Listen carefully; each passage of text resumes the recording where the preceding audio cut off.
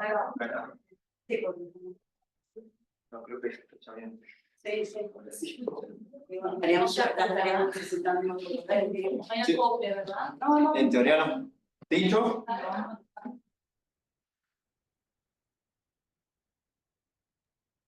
Hola, sí. Ahí está. Ahí está. ¿Vos escuchás bien? Nosotros escuchamos bien. ¿Por ahí se escucha bien también en el audio? Sí, estamos bien. Estamos ahí, solucionamos el kilómetro que estamos.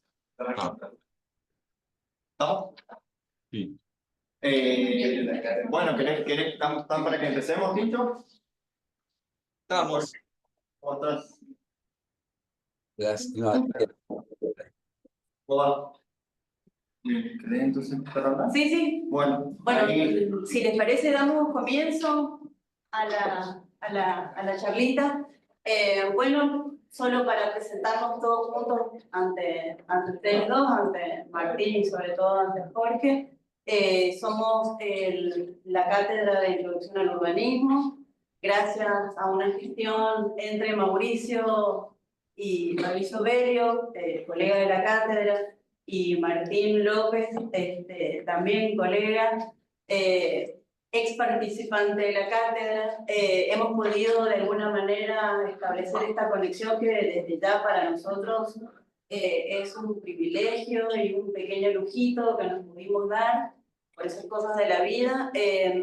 Nuestra cátedra es una cátedra de cuarto año de la Facultad de Arquitectura, de la carrera de Arquitectura. Mi nombre es Marisol Bedia, estoy a cargo de la cátedra.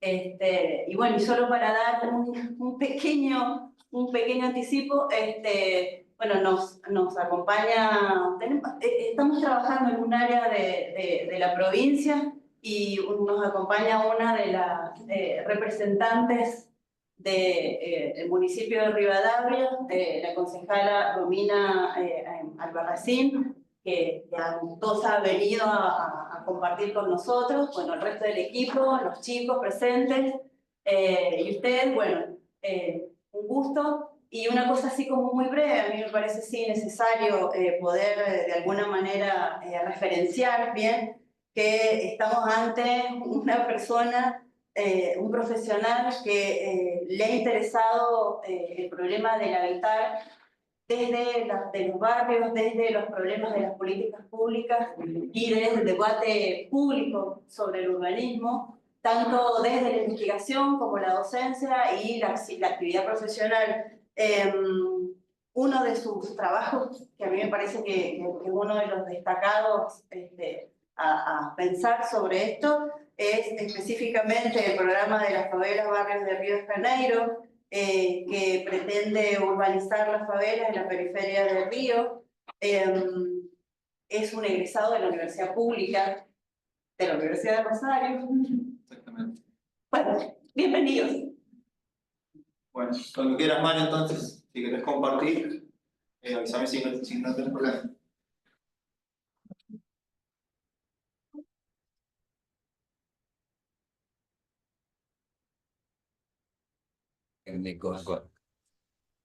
Un momento que estamos ahí abriendo el archivo.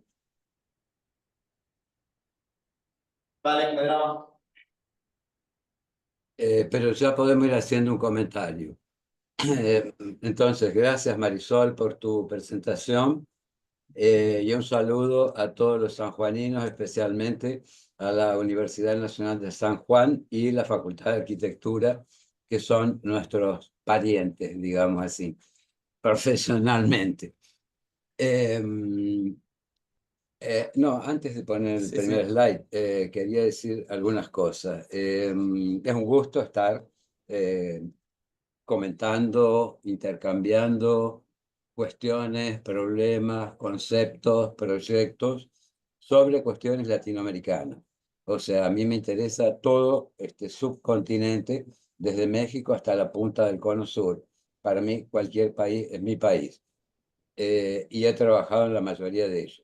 Trabajado, quiere decir, he hecho proyectos, además de conferencias y encuentros, pero me refiero a proyectos concretos que solamente fueron construidos en Santo Domingo, en la República Dominicana, aparte de Brasil. Entonces, pero conozco bien la periferia de Ciudad de México, de Caracas, de Bogotá, de Montevideo, de Buenos Aires, de Rosario, bueno, de un montón de ciudades, y acá en Brasil, claro, San Pablo, Río, Belo Horizonte, Recife, un montón de ciudades. Lo que me permite tener una especie de visión, entre comillas, bastante amplia, bastante, digamos así, conceptual de qué es la ciudad latinoamericana, qué somos nosotros en términos de Latinoamérica, arquitectura y urbanismo, las dos cosas, y también el paisaje contemporáneo. Entonces, en ese marco, creo que intercambiar cuestiones, temas, problemas, es útil para todos lados, o sea, útil para ustedes, útil para nosotros y para los estudiantes, claro.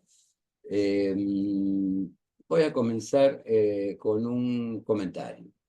El comentario de cómo se llega a un lugar. Un terrenito para hacer una casita, muchas casitas, varios edificios, un barrio, una ciudad. O sea, de la escala micro a la escala macro, de lo territorial a los espacios de convivencia, que es el título de la presentación que yo voy a hacer acá. ¿Cómo se llega? Entonces, hay un filósofo que recomiendo que lo lean, que se llama Byung-Chul Han, que tiene un librito, que es este acá, Vida Contemplativa, que habla de el estado de espíritu. ¿Qué es el estado de espíritu para la filosofía? Es la posición preproyectual en la cual uno se ve envuelto, se ve sumergido antes mismo de tener ninguna idea de lo que se va a pensar proyectualmente. Esa posición preproyectual que él llama de estado de ánimo es lo que a mí me parece muy importante y a lo que hay que estar muy atento para recibir, dejarse atravesar por las cuestiones que cada uno de esos lugares en los cuales vamos a intervenir suscita en nosotros en cualquier escala. Y sabemos que en el urbanismo hay 4 escalas: la pequeña, la media, la grande y la territorial. En cualquiera de ellas, el estado de espíritu, el estado previo, preproyectual, es fundamental. Después, dependiendo cómo nos dejemos atravesar por las cuestiones del lugar, podemos hacer mejor o peor las cosas. Entonces, porque hay un impulso que comanda las intenciones proyectuales, siempre desde el inicio, consciente o inconsciente, no interesa. Hay un impulso que comanda, una pulsión, diría Freud, que es siempre un impulso estético para nosotros. Para un arquitecto, diferente del filósofo, del médico, del economista, del abogado, nuestro impulso primero es un impulso estético que lleva consigo para cualquier arquitecto latinoamericano la cuestión social, a no ser que ese arquitecto sea bastante, digamos así, cerrado mentalmente. Porque el pensamiento tiene que ser estético desde el primer momento. Y en el libro, este último que está ahí en Buenos Aires, Naturópolis, del año pasado, hablo de eso también. Porque hay que tener en cuenta siempre en los proyectos lo que Félix Guattari diferenciaba entre design y design.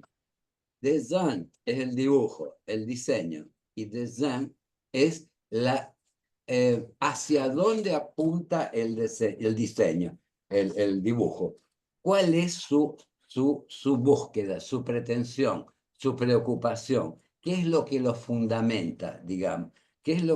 ¿Cuál es la potencia interna que lo hace querer alguna cosa? Entonces yo anoté eso y por eso es lo mejor que puede sucederle a un proyectista de urbanismo, de arquitectura, de diseño, de cualquier cosa, un artista, que son también nuestros parientes, lo mejor que le puede suceder es que sea lo más consciente posible de ese estado de ánimo. Porque la búsqueda de la belleza tiene que comandar el proceso proyectual. Una vez caminando por una favela acá en Río, un dirigente comunitario me dijo, porque Jorge, la mangueira es muy fea. ¿Qué estaba queriendo decir él cuando decía eso? Yo entendí claramente que no se refería al aspecto formal solamente. El ser fea, la favela de él, quería decir que él estaba queriendo belleza, queriendo que la favela pueda ser bella. Esa era la demanda proyectual. No era de infraestructura, de caña, de habitación, de cualquier otra cosa. No, no, fundamentalmente él quería un ambiente bello para vivir. Eso es lo que quería. Entonces, esa demanda de belleza, junto con todo el resto, claro, con los equipamientos, los espacios públicos, todo lo demás. Pero lo principal, el impulso primero, que sea bello. Que se hagan las cosas, pero que se hagan bellas, no de cualquier manera. Entonces, con eso, este marco, este espíritu proyectual, voy a comenzar a poner algunas imágenes que preparamos para esta reunión. Eso, de lo territorial a de lo territorial a los espacios de convivencia, que, como tiene, no importa, que tiene como subtítulo Petit Collectif. Esa palabra, esas dos palabras en francés, a mí me gustaron muchísimo desde la primera vez que las escuché. Petit Collectif, pequeños colectivos.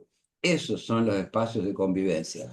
Y nosotros, arquitectos, tenemos que movernos desde lo pequeño a lo grande, de lo macro a lo micro, ida y vuelta, de uno al otro, para combatir esto que está acá en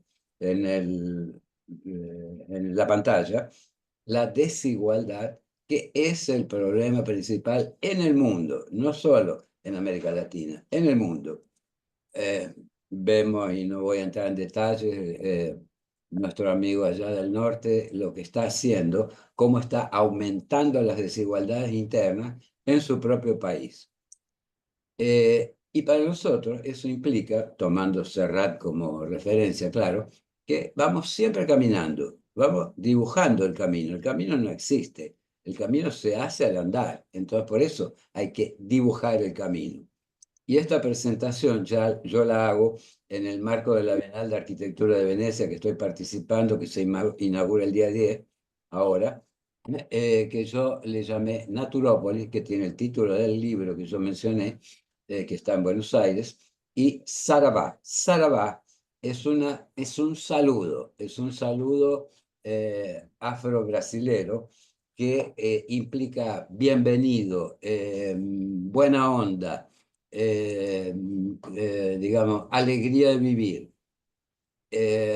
Entonces, ¿en cuál horizonte nosotros pretendemos hacer alguna cosa?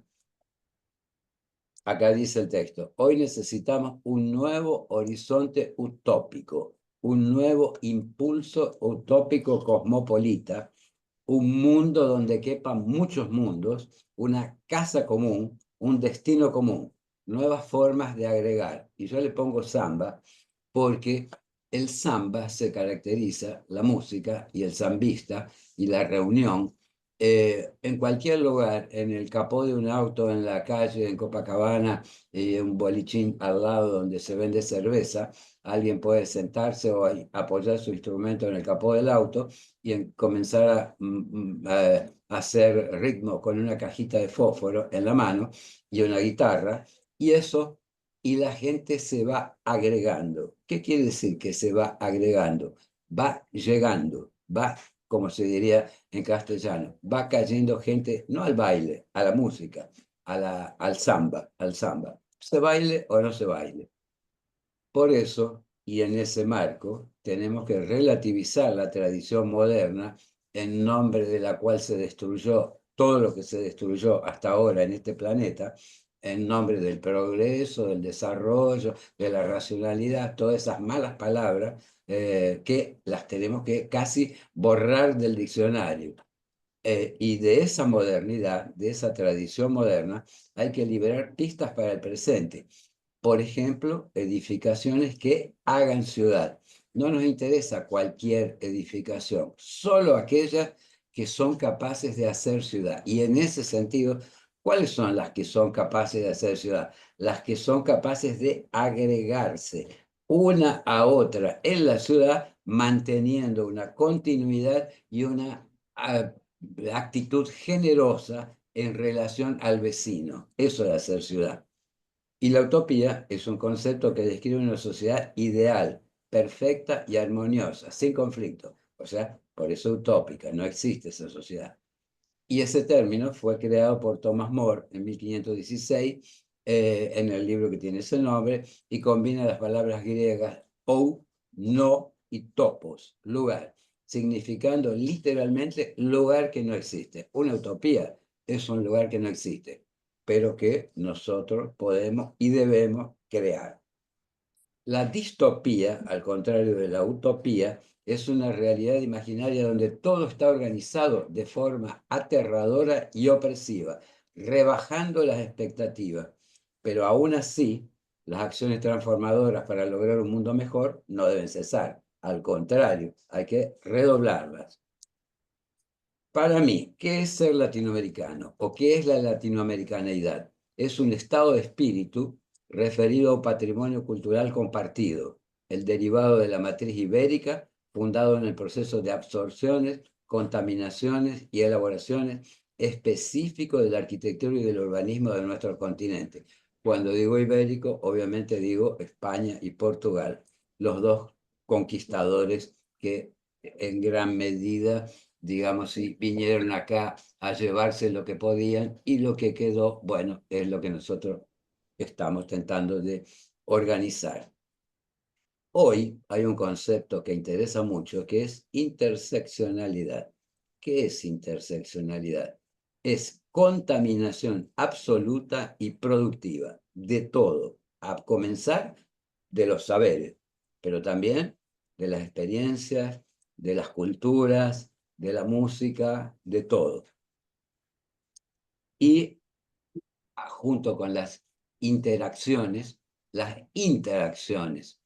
Esas interacciones no solo se refieren a las entidades materiales, sino también a las intrarrelaciones o acciones, que implica un interés en los procesos relacionales entre la materia y lo simbólico, exactamente donde estamos nosotros siempre trabajando, arquitectos, urbanistas, paisajistas, que determinan configuraciones dinámicas. ¿Qué es una ciudad hoy de cualquier tamaño? Una configuración dinámica, es eso. Las estructuras simbólicas y la materialidad están siempre en interacción. Por eso interesan las relaciones entre pensamiento, sin lo cual no se puede hacer nada, representaciones y la realidad.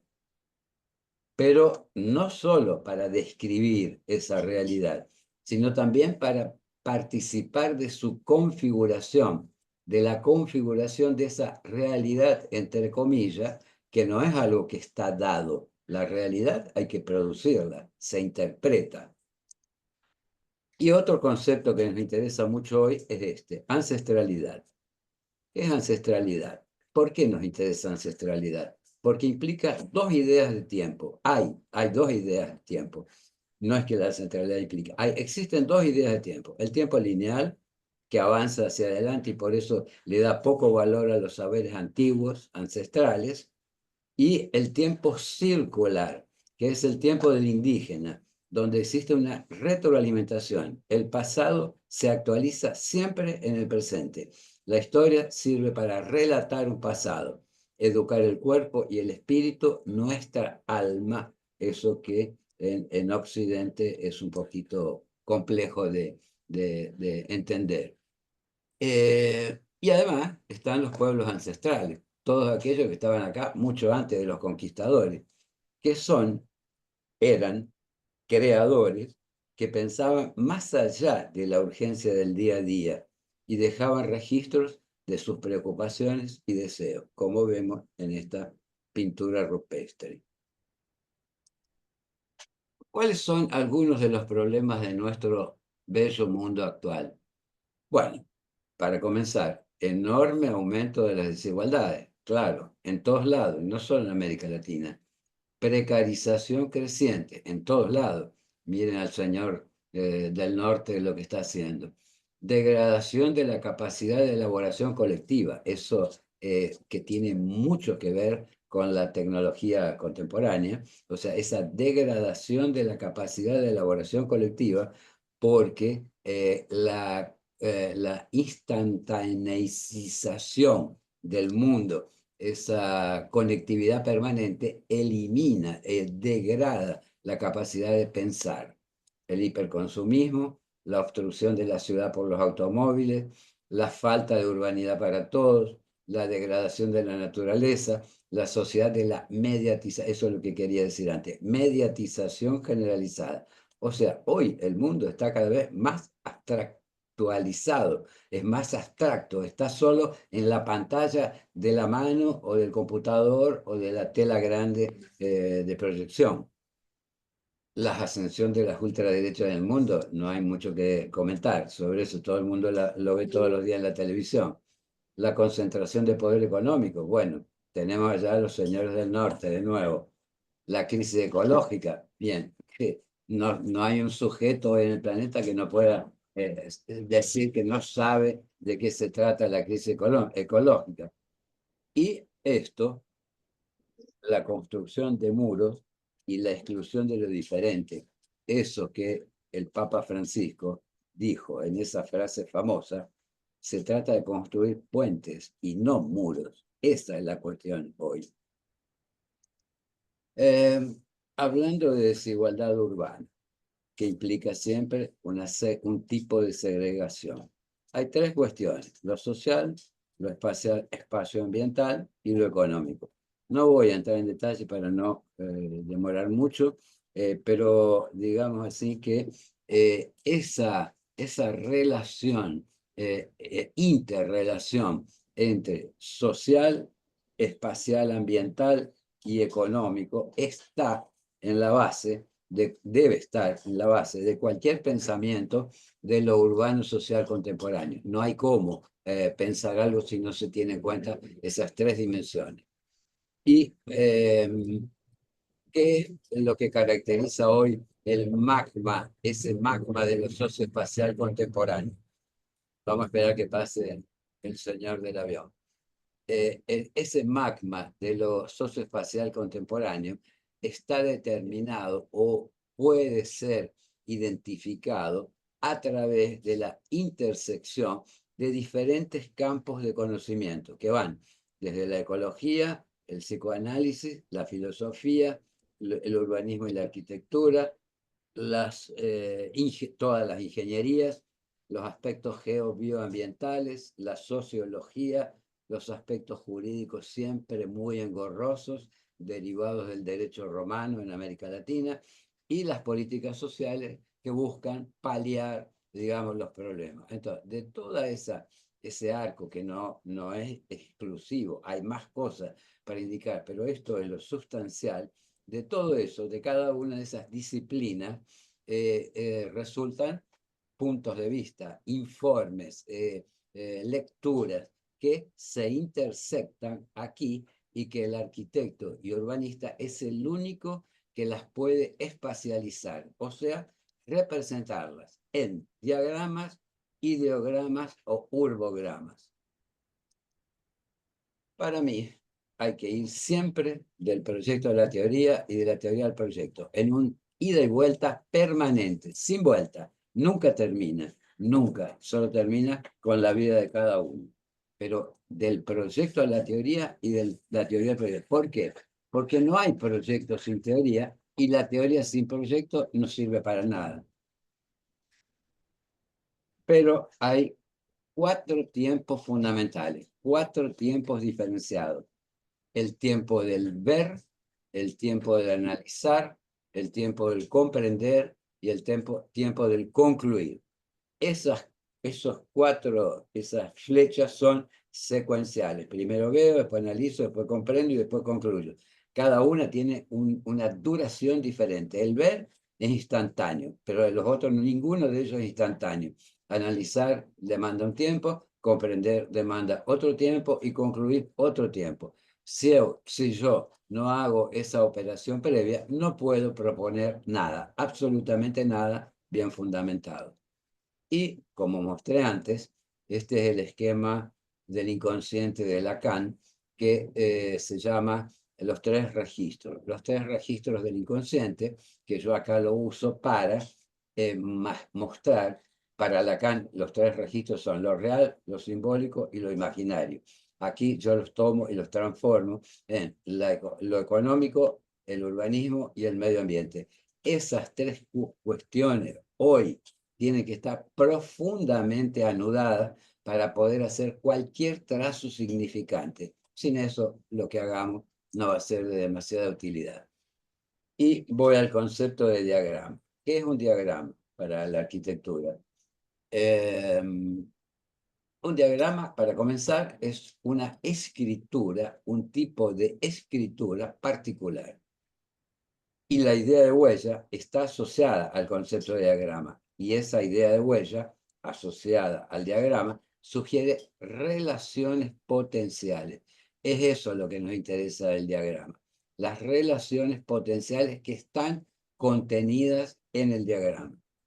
Y los diagramas pueden tener múltiples series de huellas y son un aparato activo.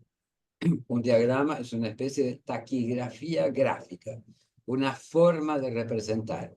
Es un conjunto de relaciones entre fuerzas que forman un mapa que formaliza funciones articuladas o articulables y constituye una abstracción explicativa. El diagrama permite reorganizar las jerarquías, exactamente lo que tenemos que hacer cuando vamos a intervenir en la escala urbana. Un diagrama ofrece la posibilidad de abrir lo visible a lo articulable. Esa es justamente porque el diagrama es fundamental para el arquitecto. Y en el diagrama hay una intensa concentración de información, intensa. Y interesan las dos ideas asociadas al diagrama según Deleuze. La idea de caos y la idea de germen. La idea de un caos germen del cual puede salir alguna cosa, lo que se relaciona con la idea de abismo ordenado, exactamente lo que es, por ejemplo, una megaciudad, un abismo ordenado. Ordenado no quiere decir que sea un orden visible, normalmente es un orden no visible, un orden invisible que hay que hacerlo emergir justamente a través del trabajo en el diagrama o en el urbograma. El diagrama tiene que ver con la potencia de la mano. Eso lo decía ya Le Corbusier, que es el gran maestro contemporáneo, moderno, que continúa, digamos, del cual continúa emanando sentido. Y un diagrama para Deleuze es un conjunto de trazos no significantes. El diagrama no quiere significar nada, quiere dar cuenta, quiere ser él mismo la espacialización de una determinada realidad en algún momento. Por ejemplo, estos son diagramas que yo hago cuando hago un proyecto. Este es bien del origen del favela barrio, una favela chiquita que tenía 4 sectores, se ve claramente. En el diagrama no interesan las dimensiones, lo que interesan son las relaciones que las partes mantienen entre sí. Es para eso el diagrama. Y también las vías de acceso, cómo se llega, los potenciales, dónde está la potencia visual o cualquier otra, las centralidades existentes, justamente las centralidades existentes que van a ser reorganizadas por el proyecto, resignificadas, elaboradas, otro esquema de lectura de otro lugar. Un conjunto de favelas muy complejo, 13 morros que son el complejo del Alemán, 13 favelas, cada una con su forma particular, más la relación que mantienen entre ellas o la no relación que mantienen, esta con esta, por ejemplo, lo cual no impide que sea parte del conjunto del complejo del Alemán, con sus condiciones de borde, de acceso, las centralidades, las potencialidades, la cantera que había aquí arriba en el tope del morro, que se incluyó como parte del proyecto, etc. Esto ya es diagrama, digamos, tendiendo hacia lo bello. Este no busca ser bello, este busca representar el lugar. Este ya tiene pretensiones, intenciones de buscar la belleza, además de representar las centralidades de eso, las líneas que atraviesan el lugar, las condiciones de los canales del mar, etc. Otro diagrama, que es casi un mapa, los elementos principales, las relaciones de contexto, los conflictos que hay en este otro complejo de favelas de Manguinhos, donde hay una tremenda complejidad de usos industriales, médicos, de depósitos, petróleo, combustible, al lado de las áreas habitacionales, o sea, un lugar súper explosivo entre comillas, en términos de contradicciones, de localizaciones en el territorio que nunca deberían haber estado ahí, pero que están y hay que resolverlas. Y en algunos casos de esta favela, de este complejo de favelas de Manguinhos, que tiene 11, el alemán tenía 13, este tiene 11, 6 de un lado y 5 del otro de la línea del tren. Este es uno de los únicos casi ideogramas que yo hice. Del diagrama al ideograma hay un pasaje que implica un altísimo nivel de abstracción. Acá se ve, en el diagrama hay anotaciones, hay tramas, hay restos de cosas que están ahí, digamos, flotando alrededor de un centro, que era el centro objeto de reflexión, aquí. Este centro, objeto de reflexión, ya después de hecho el proyecto, yo pude hacer este ideograma, que tiene que ver con el ideograma japonés o chino, que es altísimo nivel de abstracción, donde ya no hay ninguna palabra, es solo el gráfico que claramente tiende hacia la belleza. Un ideograma busca ser bello, puede ser inclusive autónomo, puedo usarlo como un póster en la pared para contemplarlo, pero fue derivado, deducido de una condición específica del lugar, histórica, social, etc. Jorge, para. Por ahí sería un buen momento porque Mauricio estaba haciendo los diagramas de la ciudad de San Juan ¿Sí? para presentarlos No, ahora o lo hacemos al no. final. Entonces, como ustedes tienen algunos diagramas de San Juan, yo voy a terminar aquí y ustedes los presentan y hacemos los comentarios. Entonces, hay algunas cuestiones importantes cuando se piensa un proyecto. En relación con la concepción, hoy buscamos la simbiosis vegetal-mineral. Precisamos renaturalizar la ciudad, intervención a intervención, edificación a edificación, buscando pisar más leve sobre la tierra. Exactamente eso es lo que tenemos que restaurar de lo que la modernidad destruyó. Pisó brutalmente sobre la tierra, destruyó todo lo que podía en general, salvo honrosas excepciones, las hay, claro, y hoy buscamos una relación de reversibilidad con la madre tierra. O sea, tomar, pero devolver, y no devolver contaminado, poluido, lleno de agujeros, de extracciones de minerales, de petróleo o de lo que sea. Otro tipo de relación con la tierra precisamos hoy en día. Buscar eso a través de una polisensorialidad, claro. Tenemos que abrir el cuerpo y la mente a la multiplicidad del mundo. Los ojos, los oídos, el tacto, la nariz y sobre todo el espíritu. Muy atentos y abiertos a ese estado de ánimo que yo hablé al inicio. La relación con el contexto, otro punto de oposición a la modernidad. A la modernidad el contexto no le interesaba absolutamente nada. También, salvo honrosísimas excepciones, siempre lo que se hizo en nombre de la modernidad se impuso a lo que ya existía, inclusive destruyendo lo que ya existía. Hoy precisamos justamente derivar nuestra intervención de la lectura de la estructura del lugar, exactamente de eso. Y Claro, el concepto de desparramo para mí es fundamental. ¿Qué quiere decir desparramo? Queremos enraizarnos en un lugar, crear raíces, extendernos, conectarnos, derramarnos. En definitiva, urdimbrizar, que es un verbo que yo inventé para decir eso de hacer urdimbre. O sea, tenemos que ser tejedoras, tejedores, tejedores de tejido urbano, eso. Y las edificaciones de cualquier tamaño y función, en altura o no, tenemos que pensarlas como una masificación libre, algo de lo bueno que el concepto de deconstrucción nos dejó, si dejó algo, es eso, masificación libre, modelar la forma, eso es lo que tenemos que hacer. Acá hay varios proyectos, entonces, que los voy a pasar muy rápido. Una favela de 1000 familias, 4000 habitantes, que tenía una condición de río que los separaba. Este es el programa mínimo de 10 puntos de una urbanización de cualquier villa o favela en la escala mínima. O sea, la plaza de articulación con el contexto, o sea, acá pasa el ómnibus, se baja la gente y va a su lugar. La plaza de convivencia comunitaria, cuando la gente sale de adentro, sale acá, viene acá y toma el ómnibus en una plaza que no es solo plaza, tiene plaza, comercio, lugares de convivencia, etc.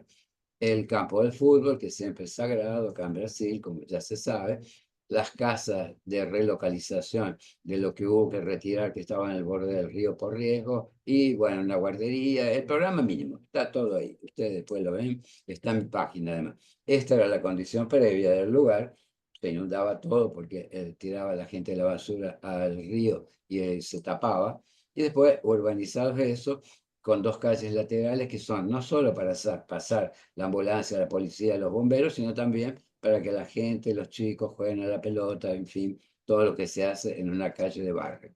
Visto de arriba es eso, la favela urbanizada, el campo de fútbol, la plaza de articulación favela-barrio, la plaza de convivencia, el edificio de relocación, que es este acá, que es como una especie de casa chorizo, o sea, se entra por aquí, hay apartamentos de un lado y del otro, un lugar con vegetación, lugar para que la gente se encuentre, los pibes jueguen, 2 pisos de un lado, 3 pisos del otro.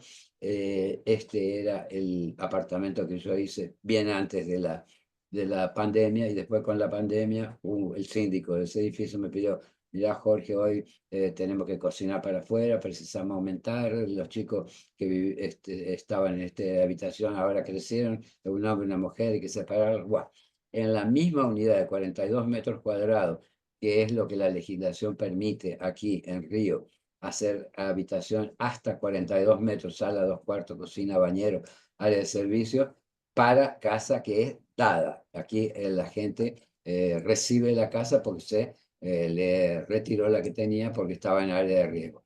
Otra favela mayor, la favela que se hunde, se llamaba, porque está al lado de una laguna que se hundía, las casas todos los días, como Venecia.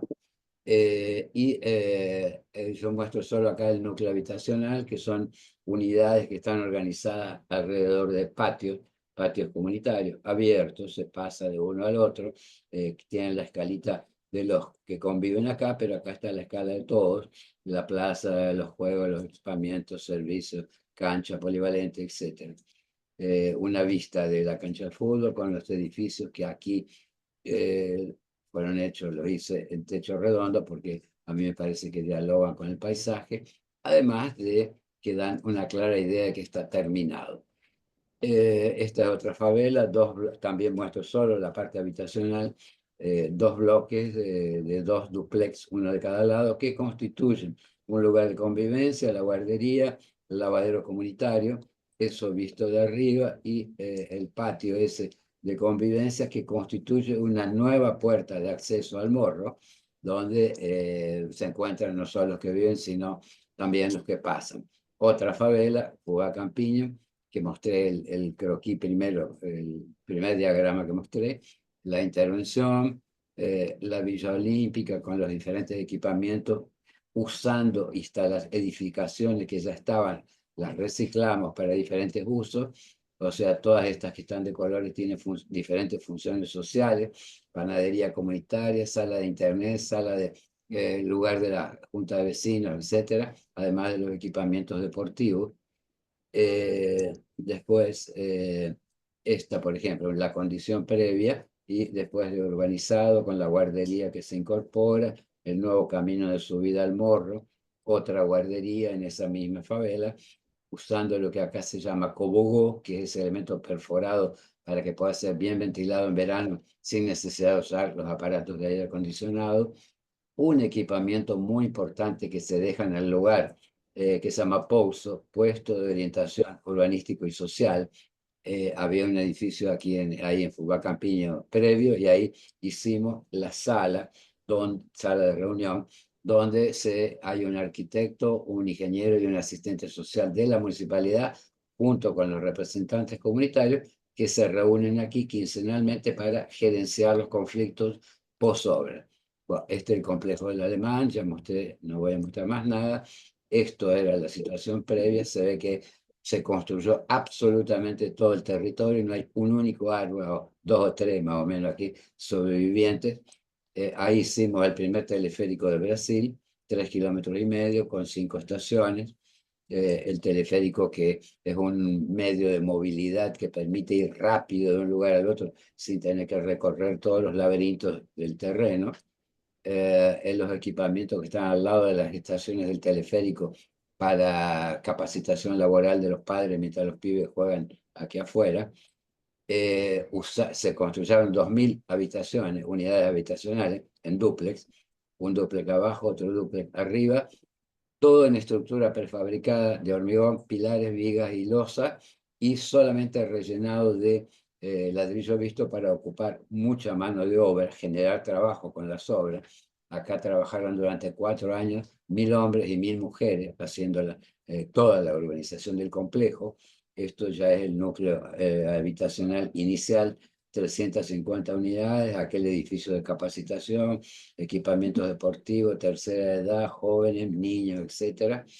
Y aunque está todo hecho en sistema prefabricado, inclusive las escaleras, no tiene nada de agresivo, tanto que la escala humana es la medida de ese espacio. Entonces, se puede usar sistemas prefabricados que no tienen nada que ver con no tener una relación humana, amistosa, con lo construido. Bueno, voy a pasar rápido Manguinhos aquí. El proyecto de Manguinhos que yo mostré que había 6 favelas de un lado y 5 del otro. El proyecto consistió en levantar la vía del tren, crear una rambla, la rambla de Manguinhos, usando una favela plana, entonces se podía usar ciclotaxi, nada de motor, y aquí equipamientos, servicios, etcétera, para los caminantes que van de una punta a la otra de esa favela. Bueno, también se hizo el centro cívico ahí en Manguinhos, que utilizó las instalaciones militares previas que había. Aquí estaba el edificio del comando y aquí los galpones de guardado de alimentos. Ustedes van a ver que se hizo ahí, y aquí las nuevas unidades habitacionales alrededor de lo único bueno que en general los militares dejan, que son los árboles. Estos eran los galpones previos, estos son los galpones reciclados, una biblioteca parque, un centro de referencia de la juventud, el interior de la biblioteca, que es una sala de estar urbana, el sistema prefabricado de pilares, losas y vigas que yo hablaba, aquí los árboles que digo en función de los cuales se hizo la distribución urbanística de los bloques habitacionales.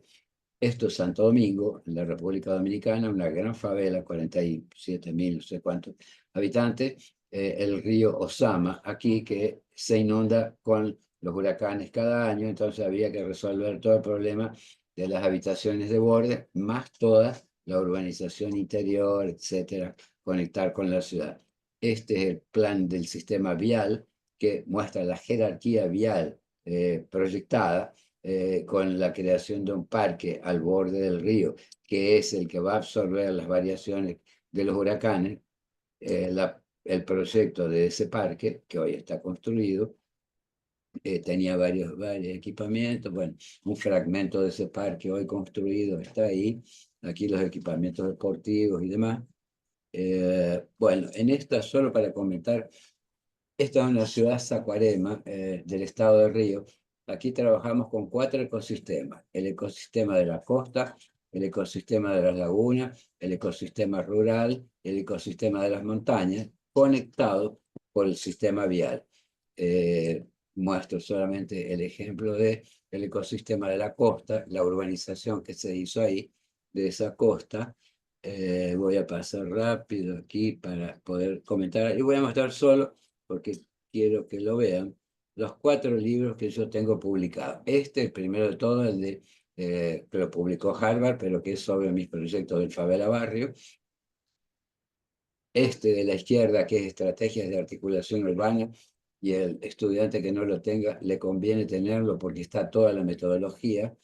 Aquí es un diálogo que hicimos con Josep María Montaner al final de la pandemia, hablando de la cuestión habitacional en América Latina y en Europa. Y este es el último que yo comentaba, que es, el título lo cambié, se llama Naturópolis, pero el subtítulo es el mismo: Modelo para armar, tomado claramente de Cortázar, porque para mí Río es un modelo para armar a nivel planetario. ¿Cómo? Será lindo el micrófono. Sigan. ¿En qué sentido Río es un modelo planetario? Río es una de las pocas ciudades del planeta en la cual todavía se puede vivir en el medio de la naturaleza, entre las montañas verdes, las lagunas y el mar. Y el hombre y la mujer construyendo casi siempre mal en el medio de eso. Pero a pesar de que se construya mal, la naturaleza en Río está siempre por arriba. Lo construido por lo humano es solamente el zócalo de la naturaleza. Y por muchos siglos todavía eso va a continuar así. No importa el avance entre comillas, tecnológico que haya, todavía la naturaleza aquí, las gigantescas piedras que son los marcos, el pan de azúcar, el Cristo, los 2 hermanos, van a estar por encima de todo lo que lo humano puede hacer, por suerte. Entonces ahora yo abro para que o quieran, si quieren mostrar San Juan o si quieren comentar.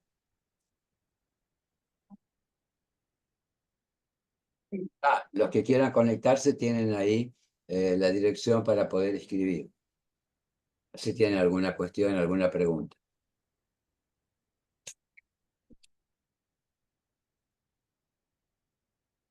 ¿Alguna pregunta a los de aquí? Ya que estamos. ¿Se escucha, Mario? ¿Se escucha? Sí, se escucha. Bueno, un saludo a los dos, primeramente. Si yo me pongo en el planteo de que el urbanismo se hizo de alguna forma responsable de el ser europeo y el estar siendo americano, el ser por Heidegger y el estar siendo por un filósofo argentino como Kusch, ¿ustedes qué piensan en la actualidad? ¿Qué cuestión o qué dupla de concepto está de alguna forma manifestándose en nuestra gente? Porque esas preguntas iniciales de ser y estar siendo creo que han sido transformadas a través del tiempo. Y la contemporaneidad de hoy me parece que presenta otros conflictos, por lo cual creo que hay otras preguntas o otras aseveraciones. A mí personalmente, una que me empieza a latir es en qué cree nuestra gente. Y eso es lo que quiero compartir con ustedes en ese sentido. Bueno, puedo comentar eso. Ser y estar siendo. Digamos, siempre son conceptos temporales, o sea, relativos. El ser y el estar siendo depende mucho de a dónde se está haciendo, a dónde está ese ser, si lo hay. Porque ser es un concepto de la filosofía que, bueno, el psicoanálisis cuestiona, como sabemos. Freud primero y Lacan después. ¿Qué es el ser? Sobre todo Lacan. Entonces, diría que, ¿en qué cree? Porque la pregunta apuntó al final a ¿en qué cree un sujeto que está viviendo en el 2025, por ejemplo? ¿En qué cree frente a este mundo que es poco, digamos, entusiasmador para creer en alguna cosa? Lo que uno ve no es muy, digamos así, positivo. Claro que hay cosas positivas también. No todo es negatividad, justamente. ¿En qué cree? ¿En qué se puede creer? Yo creo que en la posibilidad de transformar.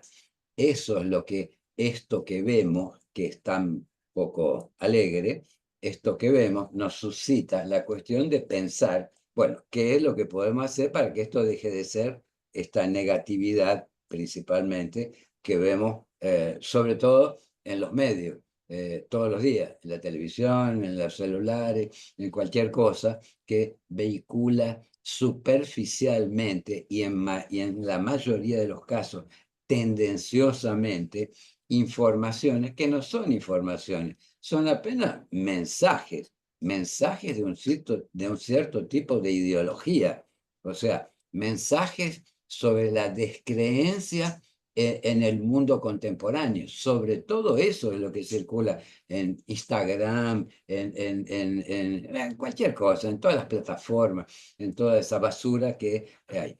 Pero está la nube está y está cargadísima. La nube está arriba de nuestras cabezas, cargadísima de información. Es solo saber accesar lo que precisamos. Esa es la cuestión. Y para eso precisamos de sujetos conscientes. El problema todo está ahí. O sea, ¿en qué cree la gente? La gente no va a creer en nada. La gente tiene que ser educada para poder buscar, para poder preocuparse, para poder entender el mundo en el que vive de una manera, digamos así, menos superficial que todo esto que la tecnología, esto que dice el filósofo italiano Bifo Berardi dice, habla de la mediatización del mundo. El problema es ese. El mundo para nosotros hoy está sobre todo mediatizado tecnológicamente. No es el mundo lo que recibimos y vemos, es una interpretación y una, digamos así, tendenciosa representación de registro de ese mundo. Eso es un tema filosófico, denso, para discutirlo en un ámbito bien amplio, más que arquitectos, pero digamos así que yo entiendo por ahí y por eso me gusta mucho la filosofía, leo mucho filosofía, no solo Byung-Chul Han, yo mostré ese librito acá porque me resulta simpático, pero está el libro de Umberto Galimberti, es Psique y Tecne, que habría que leerlo, es un ladrillo gruesísimo de 500 páginas, pero muy importante. Ese Umberto Galimberti es un señor que hizo una investigación a lo largo de toda su vida, desde los orígenes de la filosofía hasta hoy. Entonces, ahí hay un material denso para quien quiera gastar tiempo y no recibir en una imagencita de celular la respuesta pronta, la respuesta hecha. Bien, gracias. Yo tengo una pregunta que es un poco amplia, pero primero, antes que nada, quería, bueno, saludarlos, agradecerles. Mi nombre es Lucas, soy docente de la cátedra. También con un saludo a Martín, que es un compatriota de San Rafael, para donde vamos de San Rafael y nos parece. La última vez que lo vi fue en la pandemia, comiendo y tocando la guitarra. Bueno, yo quería hacerte una pregunta que tiene que ver con el cómo. ¿Cómo hacemos para empezar cuando estamos todo el tiempo atravesados por esta negatividad que vos hacías mención recién, con esta falta de entusiasmo, y por ahí es un mundo donde se nos cierran muchas puertas antes de empezar, digamos. Quizá porque no vamos en el camino correcto, no tenemos las herramientas como para empezar a intervenir de alguna manera en nuestro medio de acción, digamos. ¿Cómo empezaste vos a hacer todo esto tan fantástico que nos has mostrado ahora? Sí. Pero estoy anotando lo que vos decís, me suscita algunas cuestiones.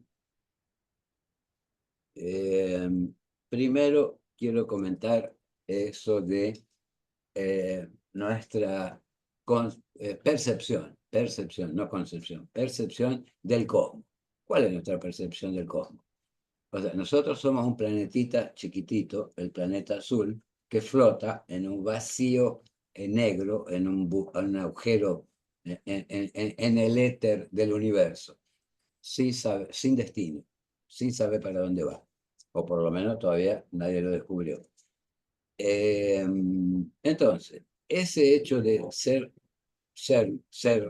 que seamos una hormiga en el medio del universo, en un planeta azul no es una palabra cualquiera, es una palabra casi poética, y cosmos. Entonces, lo absoluto, lo ínfimo, lo que sería atómico casi, esa hormiga en el universo, es lo atómico, que somos nosotros, y el cosmos, eso infinitamente grande que no tenemos ni siquiera cómo pensarlo, cómo abordarlo.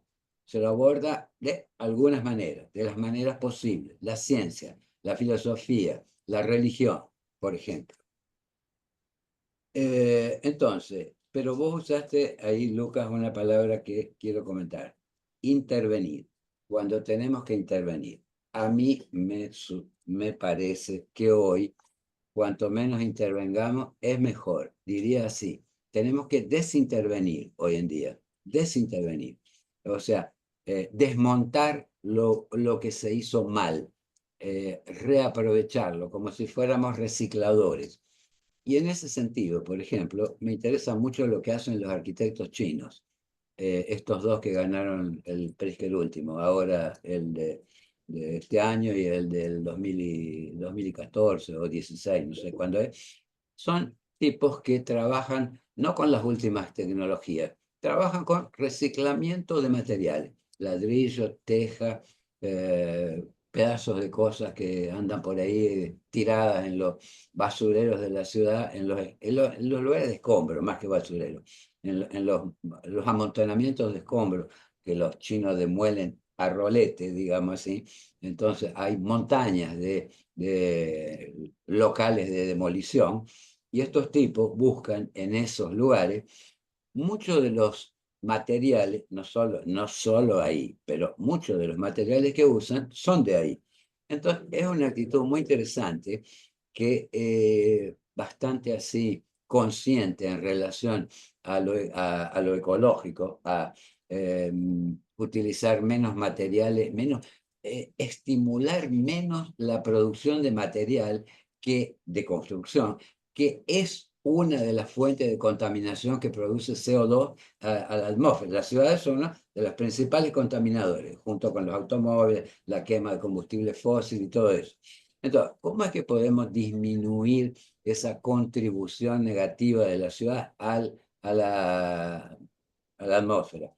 Bueno, usando lo que ya está ahí, en la mayor parte posible. No siempre es posible, claro. Pero si uno tiene una actitud de querer, va predispuesto a, puede ser que encuentre formas de. Ese es el tema. Entonces, ahora a la específica pregunta, ¿cómo empecé yo a trabajar en esto? Porque hubo concurso público, un gobierno que no era ni de centro ni de ultraderecha, era un gobierno, de los que antes se llamarían democrático, apenas eso, nada más, pero que hoy es mucho, es casi revolucionario hoy decir un gobierno democrático frente a las ultraderechas estas en el mundo. Ese gobierno no fue porque era buenito, claro, era porque en determinado momento de la ciudad, la favela se le caía en la cabeza a la clase media literalmente.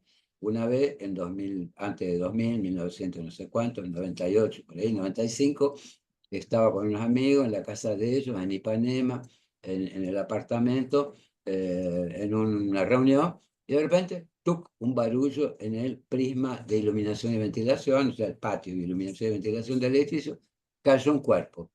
¿Qué era el cuerpo? Era un cuerpo que estaba en la favela arriba, se habían tiroteado y el muerto cayó abajo. Entonces, en ese momento quedó claro que a la clase media se le caía la favela en la cabeza. Entonces, no fue tanto porque eran buenitos, sino porque el problema adquirió tamaña pregnancia que había que hacer algo, era evidente que había que hacer algo. Y ahí, este tipo que era secretario de urbanismo, y era arquitecto, y fue director de la Facultad de Arquitectura aquí de Río, que fue quien me firmó el diploma de revalidación mío acá. Entonces dijo, bueno, vamos a hacer un programa para mejorar la ciudad.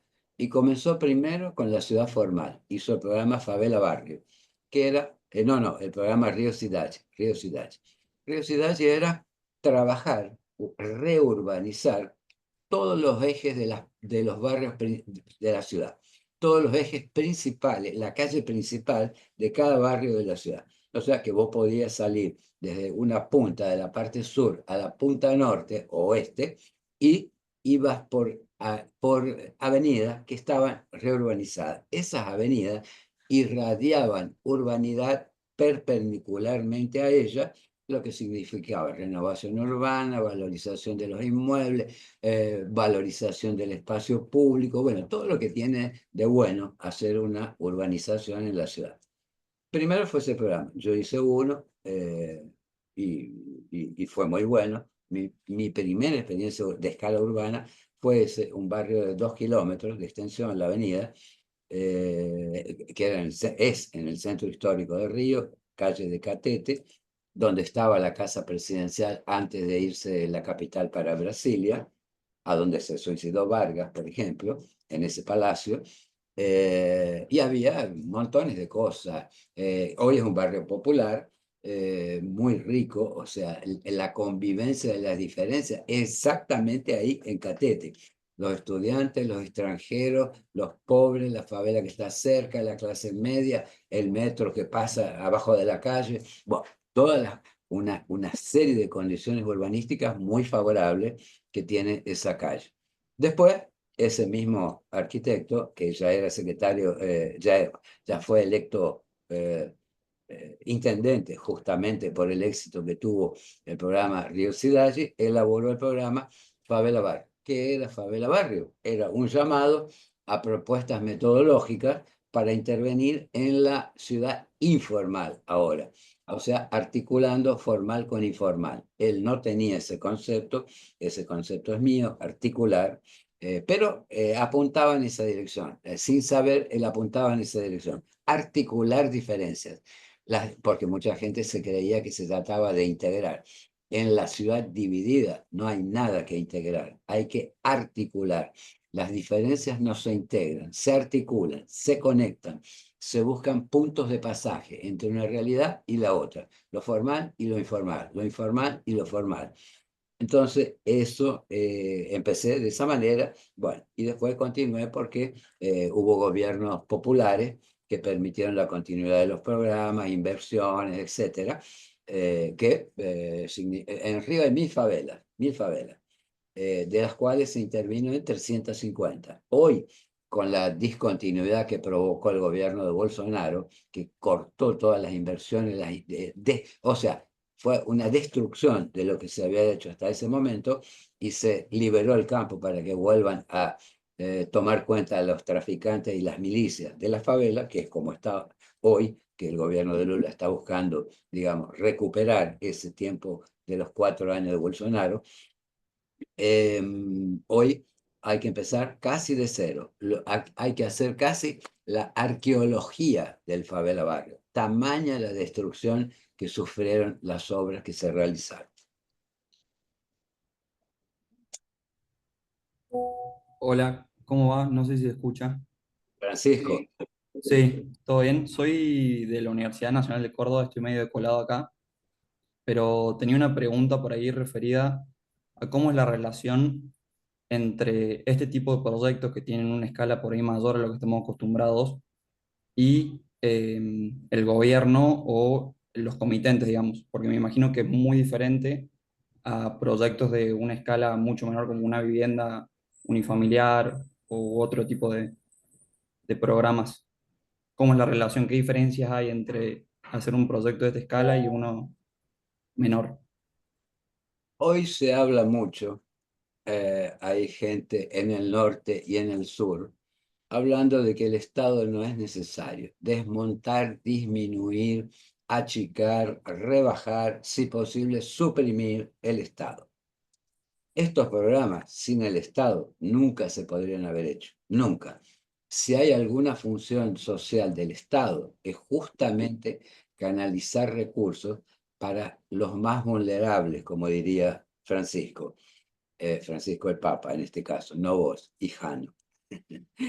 El Papa siempre abogó por la atención, por escuchar. Él escuchaba mucho. Él dijo, una vez yo lo escuché a él, a Francisco, diciendo que a él no le interesaba tanto hablar como escuchar a la gente. Y esa función de escuchar es una función casi sagrada, digamos así. Poner la oreja para el otro. Fuera el psicoanalista, no conozco a nadie. O sea, el psicoanalista es un profesional de la oreja. ¿Para qué está el psicoanalista? Para escuchar el inconsciente de cada uno. Para eso un psicoanalista. Al cual nosotros individualmente nunca tenemos acceso. El sujeto individualmente no puede acceder a su propio inconsciente. Solamente aquel que tiene el método para interpretarlo puede hacerlo. ¿Y quién tiene el método? El psicoanalista. Entonces, Francisco hablaba de otro tipo de escucha. Hablaba de una escucha social, digamos así. Él iba a un lugar, a una favela, a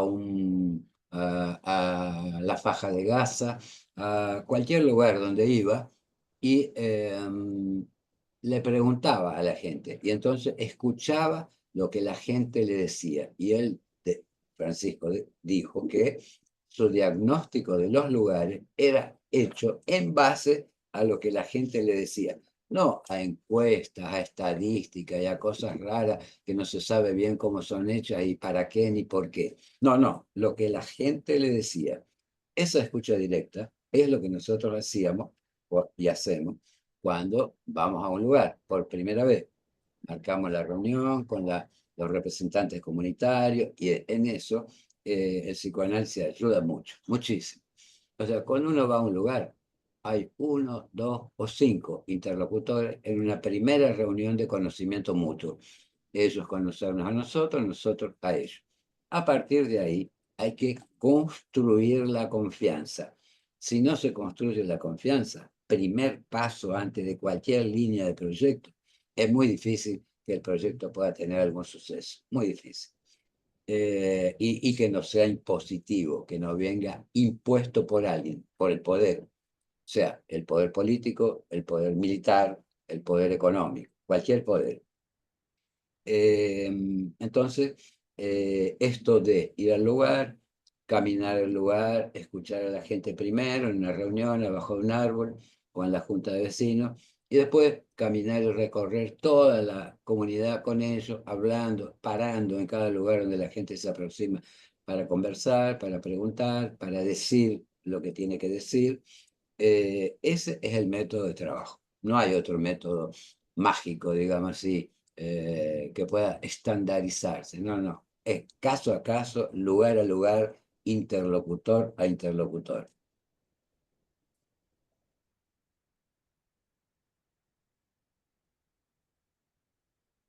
Yo tengo una pregunta, no sé si hay uno de los chicos.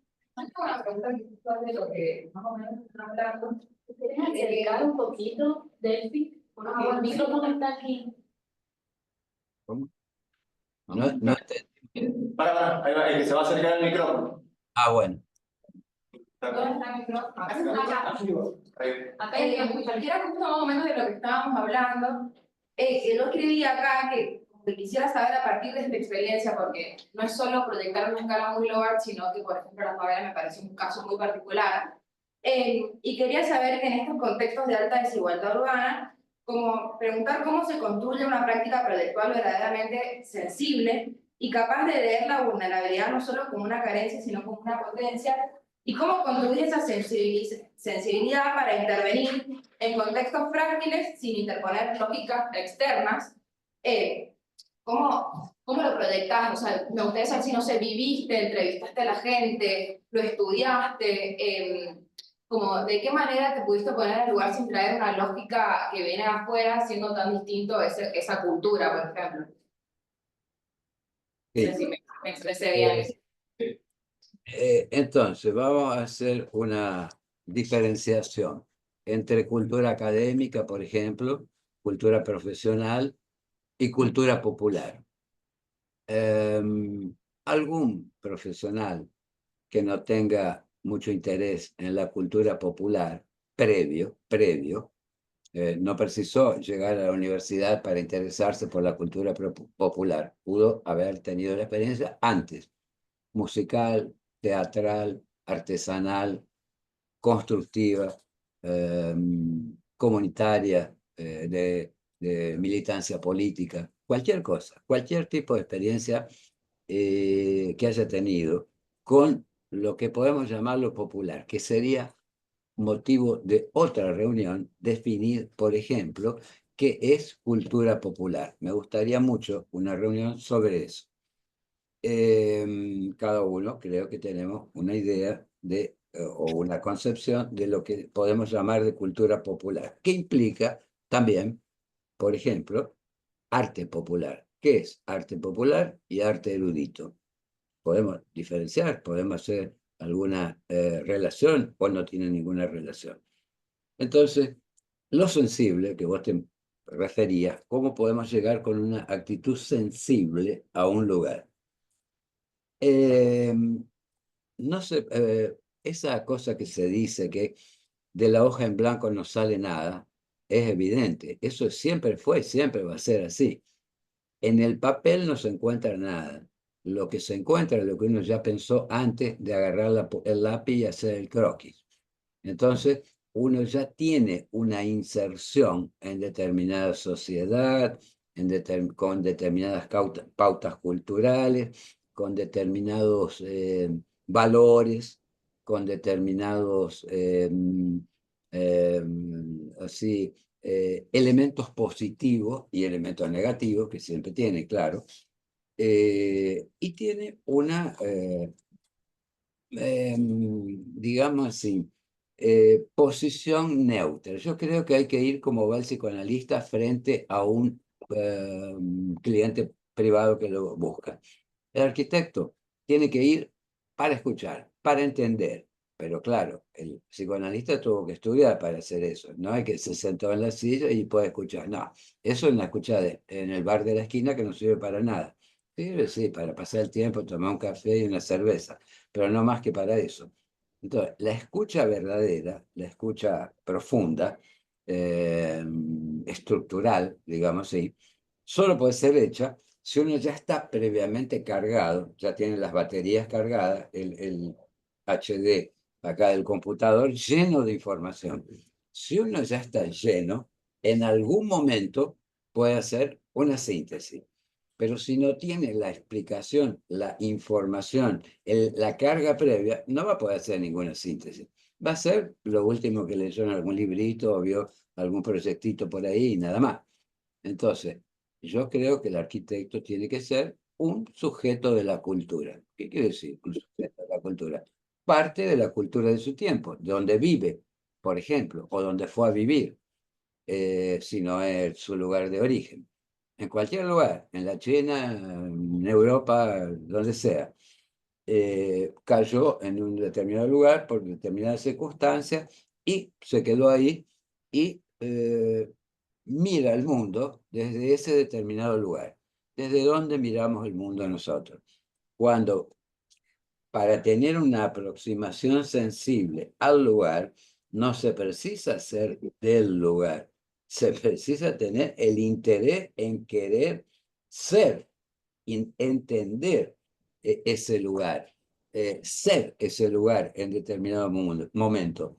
Y tiene que ver con eso que yo decía, dejarse atravesar por los problemas. No es que nosotros vamos con un manual de interpretación, y entonces aplicamos el manual, hacemos la encuesta y, bueno, somos sensibles porque hoy recogimos una serie de declaraciones. No se trata de eso, es más que eso. Se trata de la inmersión, esa otra palabrita que se usa mucho hoy en relación al arte, a la tecnología, las famosas tecnologías inmersivas. Entonces, yo creo que no es la tecnología lo que tiene que ser inmersivo, tiene que ser el sujeto, tiene que ser inmersivo, él tiene que ser capaz de inmergirse en determinado contexto, que aunque no sea el suyo, y el cuerpo abierto como un órgano que capta, como decía Borges, una antena de la raza. Para mí, el arquitecto tiene que ser una antena de la raza, un tipo como Caetano Veloso, por ejemplo, en la música. Capta lo que circula en determinado momento en el espíritu del lugar y del tiempo, y lo sintetiza en lo que hace, en la poesía, en la literatura, en la arquitectura, en una pintura, en el cine, en cualquier cosa, en la filosofía, por ejemplo, también. Un comentario por ahí respecto a esto, la importancia de la interdisciplina. Sí, Por ahí con mi compañero Mauricio ahí seguro va a adherir a esto, que en contextos tan sin duda. complejos, Sí. cargar de información desde todos los Ángulos aspectos posibles. de la ciencia ayudan a entender mejor el territorio. Y todo desde esos aspectos de la ciencia y desde diferentes ángulos, bien, digamos, no lo horizontal, lo vertical y la diagonal, no, de todas las posiciones posibles flotantes en el universo personal. Digamos, un sujeto se posiciona desde los más diversos lugares, ángulos y posiciones. Es eso, ser versátil en eso. Yo creo que tenemos que ser versátiles en nuestro punto de vista de los lugares donde somos solicitados a intervenir. Y al mismo tiempo mirar lo grande, lo muy grande, que es la ciudad, y lo muy pequeño, que es el lugarcito donde vamos a poner una casita, un edificio, una guardería o lo que sea, una biblioteca.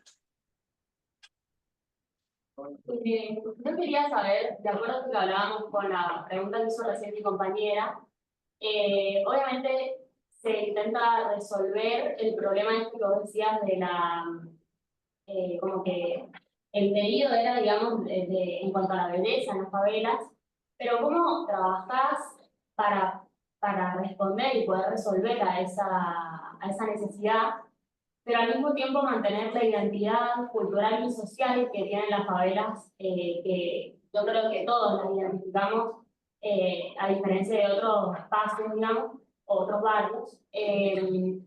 Porque nada, en muchos casos hablamos de la territorialidad o de cómo el sujeto y las personas nos arraigamos a distintos aspectos que son físicos y que están construidos, que realmente nos identifican como grupo social o barrio, por ejemplo. Claro, eso vuelve al tema de la cultura erudita y la cultura popular. O sea, ¿cómo puede un arquitecto formado en la universidad, inclusive de otro país como yo, ir a una favela y producir algún tipo de conexión entre la cultura popular carioca, la cultura de la favela, y la cultura que viene de afuera, lo que nosotros llevamos como, llamémosle, profesionales? No me gusta mucho la palabra, pero bueno, por ahora usemos esa. Entonces, yo creo que se trata de entender qué es lo que vamos a querer conectar. La favela tiene una estética propia, pero es muy difícil entender eso desde el campo disciplinario de la facultad, de cualquier facultad, sea Harvard, sea la UBA, la de San Juan, la de Río de Janeiro, cualquiera. el hecho de que, que haya una universidad acá en Río de Janeiro no tiene nada que ver con el hecho de que los estudiantes que salgan de ahí, o arquitectos, puedan entender la favela. Pueden no entender absolutamente nada si recibieron una formación que no les permitió pensar por su cuenta, que no les permitió relativizar el conocimiento adquirido frente a otro conocimiento con el cual se encuentran y, digamos, tienen que buscar qué posibilidades de conexión. Bueno, ¿cuál es una posibilidad? ¿Qué es lo que tiene de interesante la favela para un arquitecto? La libertad compositiva, la primera cuestión. O sea, vos decís, la ciudad tradicional también es así. Un edificio se arrima al otro edificio en la cuadrícula española. Sí. Y la ciudad es el resultado del puro acaso. O sea, una ciudad es el resultado del puro acaso. No adelanta que hayan hecho la cuadrícula. La cuadrícula para arriba puede ser cualquier cosa. Y de hecho es. Uno mira la ciudad de arriba y no tiene nada que ver con lo que está abajo. Entonces, de un lado, digo, la favela está construida como la ciudad, por acumulación histórica, un edificio que se acumula al lado del otro. Y van formando un conjunto que nadie pensó, aleatorio, absolutamente aleatorio, como la ciudad tradicional, formal. Pero hay una estética de lo inacabado. Por ejemplo, si algo tiene de positivo la favela, es que es un tejido que muestra que está siempre haciéndose. En el momento que estamos hablando acá, la favela se está transformando, continúa transformándose, porque es su lógica generativa ser eso. En expansión primero horizontal, después vertical y después íntegra, como el concepto ese que yo traje al inicio. Interacciones. Entonces hay una estética académica y una estética popular. ¿Se puede conectar esas dos estéticas? Claro que se puede. Hay que buscar los puntos, identificar perfectamente cuál es lo nuclear del saber académico, universitario, relativo a lo que podemos llamar de bello en la arquitectura y en el urbanismo, y qué es lo nuclear en la favela, que podemos llamar de una belleza de lo inacabado, de lo aleatorio, de lo contradictorio, porque si hay algo que es contradictorio, es la favela, exactamente. Y hay una riqueza enorme de espacialidades, relaciones sociales, bueno, todo lo que uno se pueda imaginar. O sea, la favela es un organismo vivo, bien diferente de la ciudad tradicional, que puede tener partes vivas, pero en general es un organismo más muerto que vivo. Yo por la otra, nombrando, o sea, rescatando la palabra de belleza que nombró tu compañera, como que siento que reiteradas veces la nombraste durante la exposición que diste y la sentí como que la nombraste no como, o sea, para Latinoamérica, no como un lujo, sino como si fuera parte de un derecho, el derecho a la belleza. Mi pregunta es, ¿cómo se relaciona ese derecho a la belleza, a vos, con lo que sería la justicia social y urbana? Sí. No quiero ser reiterativo sobre un único filósofo, pero ya que vos me preguntás, yo te lo digo. Hay un librito que es necesario leer sobre el tema de la belleza, que se llama La salvación de lo bello, que es justamente de Byung-Chul Han. La salvación de lo bello habla de el concepto de belleza antes de la contemporaneidad, la belleza clásica, por ejemplo, y qué entendemos por belleza o podemos entender hoy en día.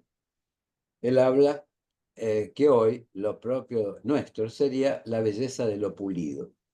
¿Cuál es la belleza de lo pulido? La belleza de la pantalla del celular. Eso es lo pulido.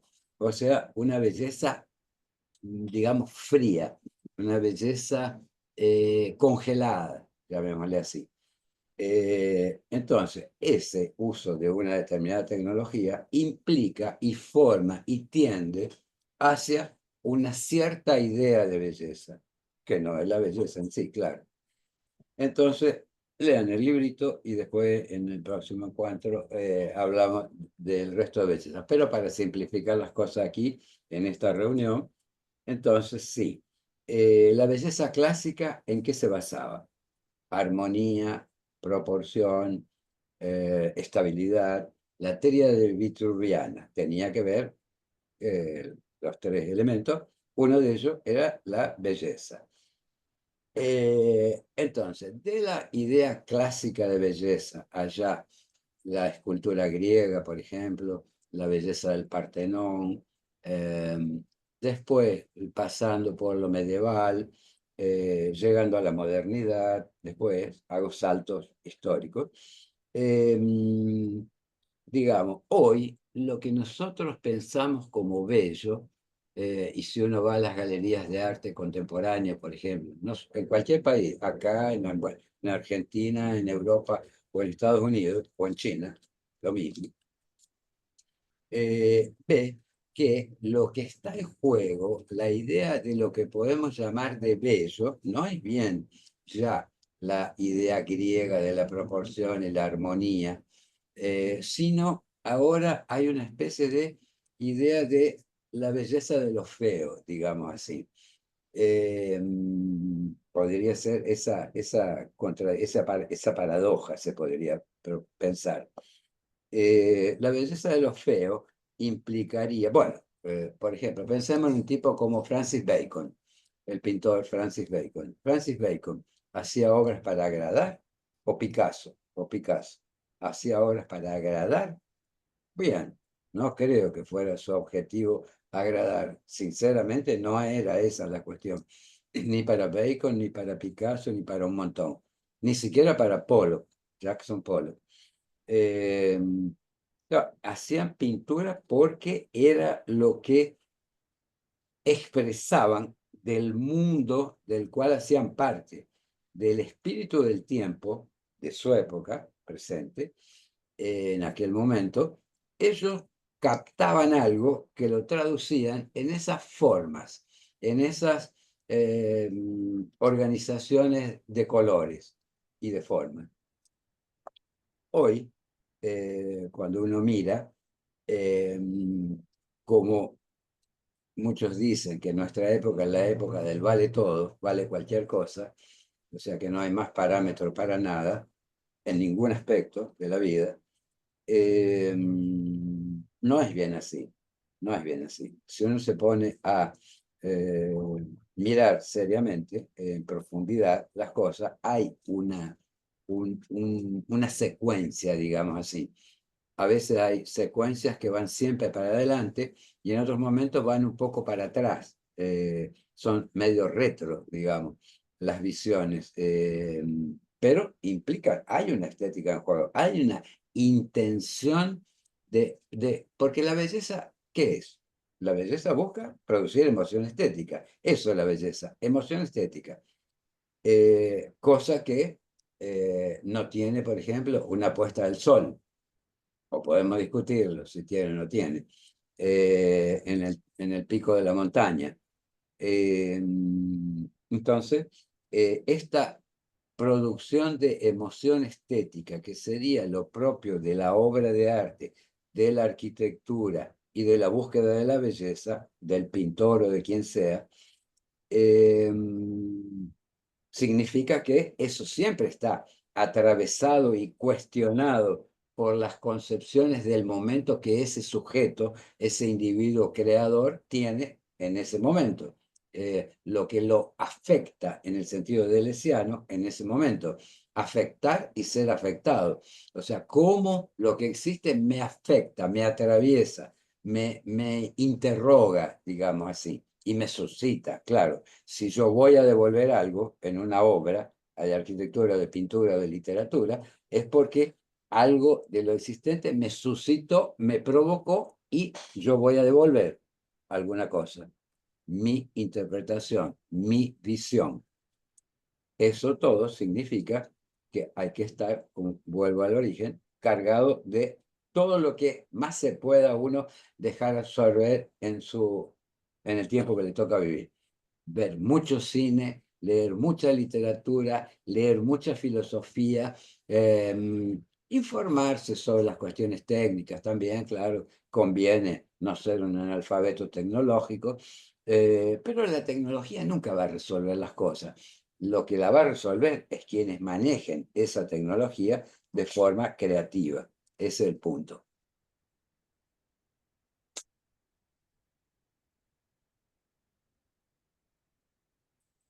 ¿Más cuestiones?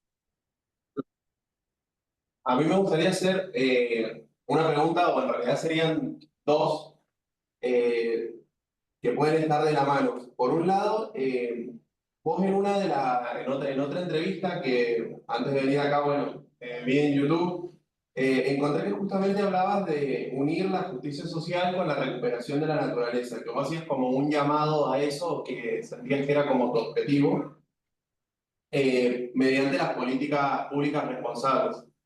La pregunta sería, ¿cómo podemos hacer si desde el Estado no hay esa predisposición a unir esa naturaleza con la justicia social? ¿Cómo podemos hacer desde la universidad para darte una mano, para darle una mano a esa idea tuya?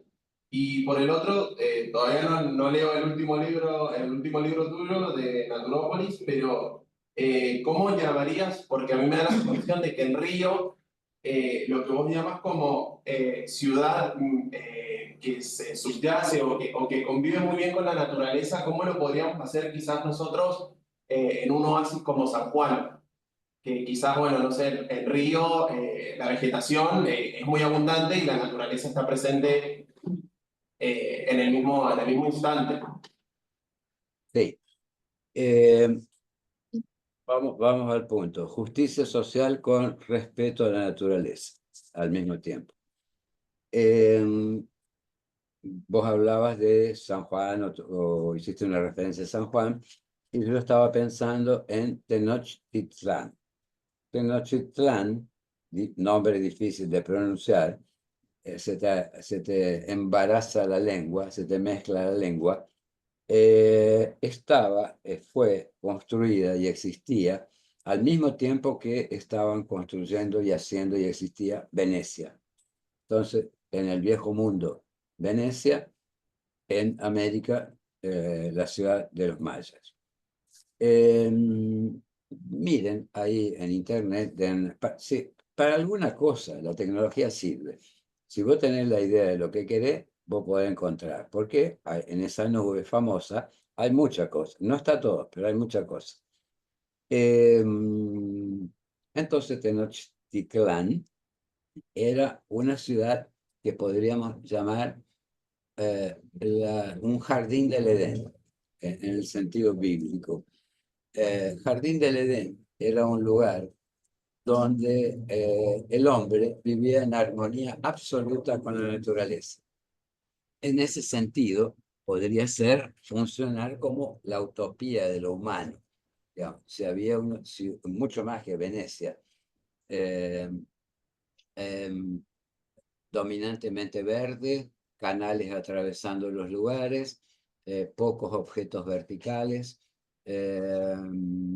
lugar productivo al mismo tiempo que residencial y monumental, residencias, monumentos, edificios públicos, etc., estaban conviviendo en una misma superficie cuidada como un jardín, como si fuera el jardín privado de cada uno. Todo cuidadito, todo ajardinado. Esa idea mítica de una ciudad donde podríamos decir, vamos a dejar en suspenso la justicia social, que mucha justicia social no había en Tenochtitlán, pero había una ciudad naturaleza. Eso que a mí me gusta, quisiera que fuera cualquier ciudad hoy en el planeta, una palabra única, ciudad naturaleza, sin separación. ¿Qué sería para mí una ciudad naturaleza? Una ciudad donde la vegetación, o sea, la relación entre lo mineral y lo vegetal, fuera absoluta o lo más equilibrada posible. Lo más equilibrada posible. O una parte de lo mineral, porque es necesario para vivir, hay que construir, hay que hacer edificios para muchas funciones diferentes. y al mismo tiempo una vegetación con presencia sustantiva, no esos arbolitos miserables que se plantan en las urbanizaciones de las ciudades que se hacen hoy en día en cualquier lado, en Europa, aquí o en todos lados, arbolitos flaquitos como el dedo este mío, de la mano, este acá, que para que eso se transforme en un árbol, nadie lo va a ver, nadie de los que estamos acá presentes, por ejemplo. Entonces, eso es una aspiración, una aspiración. Yo aspiraría a que la ciudad naturaleza fuera un objetivo, un deseo de la mayor parte de la población del planeta, por ejemplo. Siempre va a haber algunos que no van a querer y tal, en fin, la mayoría. Entonces, y agregando a eso la cuestión de la justicia social. ¿Qué sería justicia social? ¿Qué podríamos entender por justicia social? Recuperación de la naturaleza es más o menos entendible, pero justicia social en un mundo absolutamente desigual, absoluta y radicalmente desigual, estructuralmente desigual, entre el que tiene todo y el que no tiene absolutamente nada, eso es un objetivo muchísimo más difícil de alcanzar, mucho más. No sé en cuántas generaciones, en cuántos siglos tal vez se pueda conseguir eso, no sé.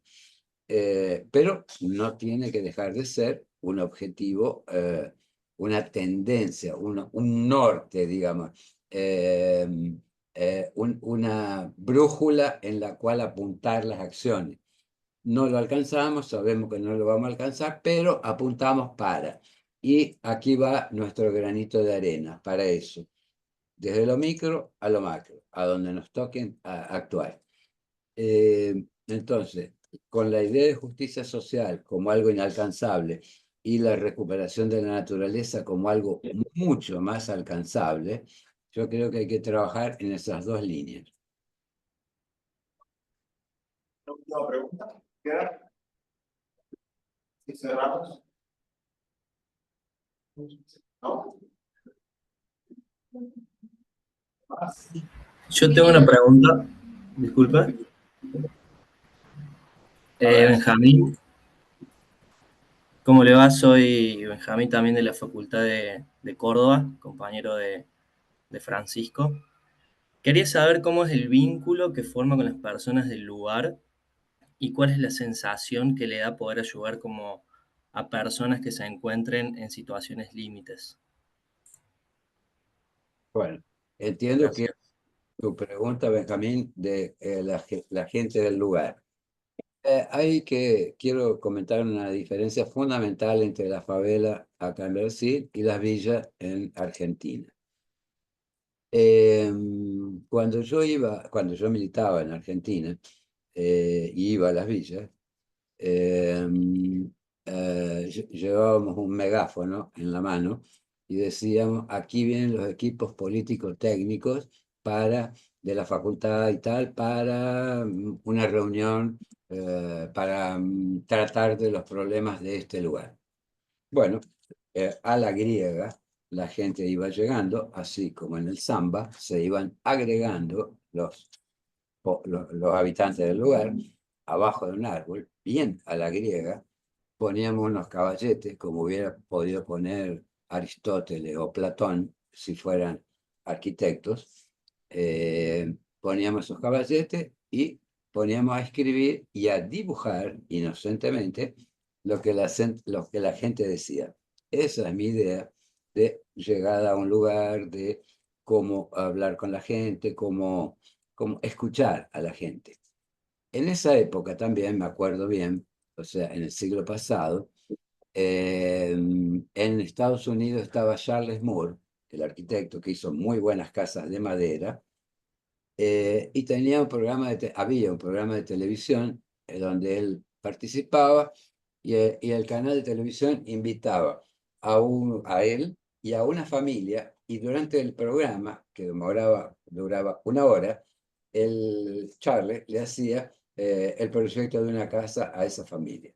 Bueno, eran formas bien inocentes, bien primarias, de entender la respuesta a la demanda, digamos así. Después vine para Brasil, me alejé de eso, tal, de la militancia política, nunca dejando de ser un tipo político, pero no era ya militante político, era militante, yo digo que dejé de ser, pasé de ser militante político técnico a ser militante técnico político, eso que es lo que soy hoy en día. La política forma parte, pero no está en primer lugar. Entonces, acá, ¿cómo era la cuestión? En esas reuniones en Argentina, venía la gente en masa a la reunión, venían montones de gente. Y yo llegué aquí y cuando iba a la reunión en una favela, había 3, 4, 5 personas, nada más. Los dirigentes comunitarios, solamente. No había una reunión masiva con toda la gente del lugar. ¿Eso es malo o es bueno? Ni es malo ni es bueno. Ninguno de los dos es mejor ni peor. Es diferente, simplemente. Por otro lado, después que vivía acá, volvía a Argentina, iba a reuniones donde, por ejemplo, en Villa 31 o en otros lugares, que me causaba mucha gracia el nombre que usaban para decir, porque aquel es un puntero, un puntero, y no sé, son los punteros. Esa palabra puntero, graciosísima, y también problematiquísima, establece una diferencia radical. Un puntero no es tanto un representante comunitario. El puntero casi que se autoerige en representante comunitario, por lo que entendí. En cuanto que aquí, el representante comunitario, que son 3 o 4 o 5, son elegidos por la asamblea pública. Esa es la diferencia entre un puntero y un representante comunitario. Entonces, yo prefiero hablar con un representante comunitario, no con un puntero. El puntero no sé nunca a cuánto representa. Eso para decir que en un primer momento es necesario eso para conocer el territorio, conocer las demandas, conocer las formas de vida, todo eso. Pero eso en el lugar y en caliente, digamos así. Después hay que alejarse para reflexionar en el estudio con todo el material y todo eso y volver al lugar todas las veces que haya que volver para confirmar cosas y poder elaborar lo que llamamos de esquema de lectura de la estructura del lugar. Cuando uno puede dibujar el esquema de lectura de la estructura del lugar, en cualquier lugar, en el estudio, en el bar de la esquina, en la facultad o donde sea, quiere decir que puede decir que entendió un lugar. Si entendí un lugar, ahí estoy en condiciones de poder pensar qué hacer, qué merece que sea hecho en ese lugar. O sea, ese merecer ser hecho es una cuestión ética. ¿Quién define lo que un lugar debe ser? Nuestra formación, nuestra inserción en una determinada sociedad, nuestros valores. Eso define. No es una cuestión técnica, profesional. Por eso lo profesional viene a remolque, digamos, de lo ético. Bueno, creo que estamos para cerrar por un tema de horario. Así que bueno, yo le doy gracias bueno, a todos por los que se han quedado, por venir, por participar, a la cátedra por el espacio, a Jorge por tu tiempo, Tincho por el contacto. Creo que ha estado muy bueno. Creo que va a haber una segunda conferencia, me parece. Queda pendiente lo de la radio, Jorge, también, así que ya te voy a hablar por eso. Así que bueno, yo le doy las gracias a ustedes. Gracias, Jorge. Sí. Una cosa, Mauricio. La Sí. segunda conferencia son ustedes que la van a hacer. Yo voy a ser oyente. Dale, dale. Vamos a ver, vamos a hacer que los chicos expongan, a ver qué sale. Así que bueno, gracias por tu tiempo y no sé si estaría bueno hacer una foto, habíamos dicho. Y yo al menos diría un Eso. aplauso también para... Claro.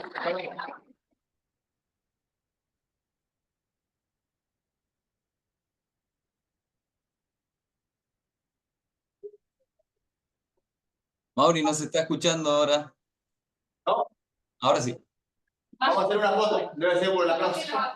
Bueno, Ahí nos acercamos a hacer una foto y ya cerramos.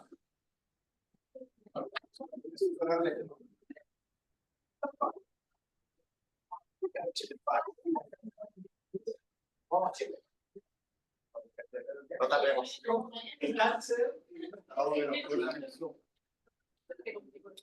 Sí. Tiene que ir a clase.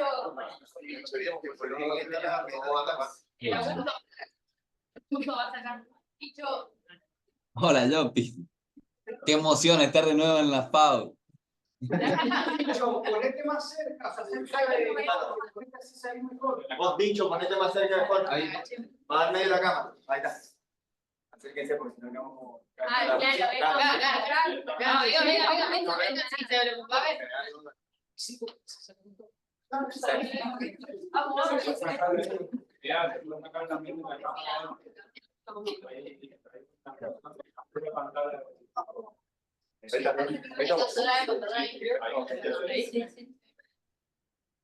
Y vamos para otro.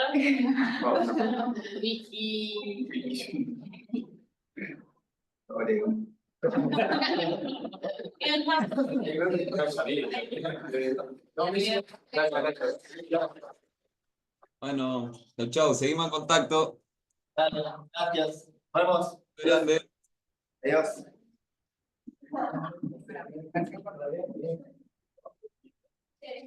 Chicos de.